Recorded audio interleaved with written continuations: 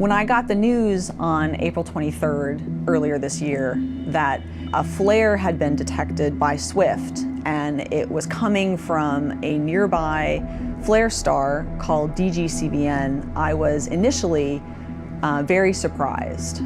SWIFT doesn't normally detect flares from nearby flare stars, and DG CVn is a relatively unknown star.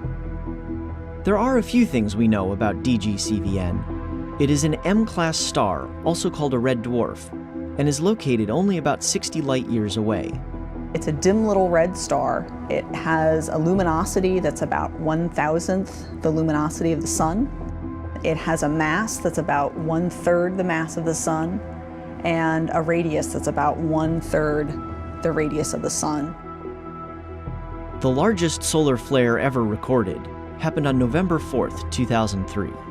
It was so powerful that it overloaded the sensors measuring it, but later calculations put it at an X45. Flares are classified according to their strength. The smallest ones are B class, followed by C, M, and X, the largest. An X45 flare is a very powerful flare. DG CVn's flare, however, was much larger. We can estimate how big the flare on DG CVn was with respect to the solar scale. It would have been an X100,000. So this is several orders of magnitude larger than the biggest solar flare we've ever seen. The flare that SWIFT triggered on from DG CVn was only the beginning of what turned out to be a fairly extended series of flares, a flare event, if you will, that lasted almost 20 days. This was a very different star than the sun, so we don't really have to worry about this happening in the present-day sun. The young sun, such large events may have occurred. In the present-day sun, the activity levels are much lower.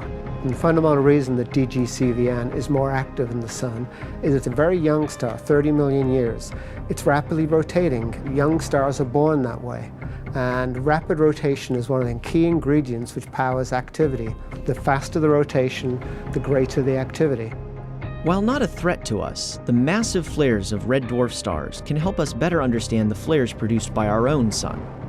They are also of interest because red dwarf stars are often orbited by planets. Some data suggest that 40% of red dwarfs have super-Earth-type planets orbiting in a habitable zone, where liquid water is possible. If this is true, then they are good candidates for supporting life.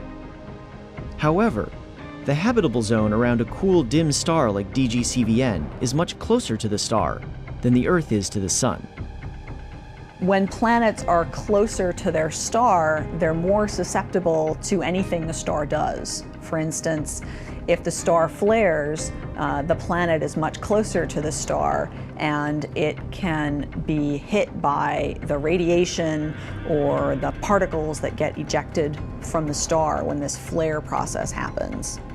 If you happened to be on a planet around an M dwarf when one of these large flares went off, you'd be having a very bad day.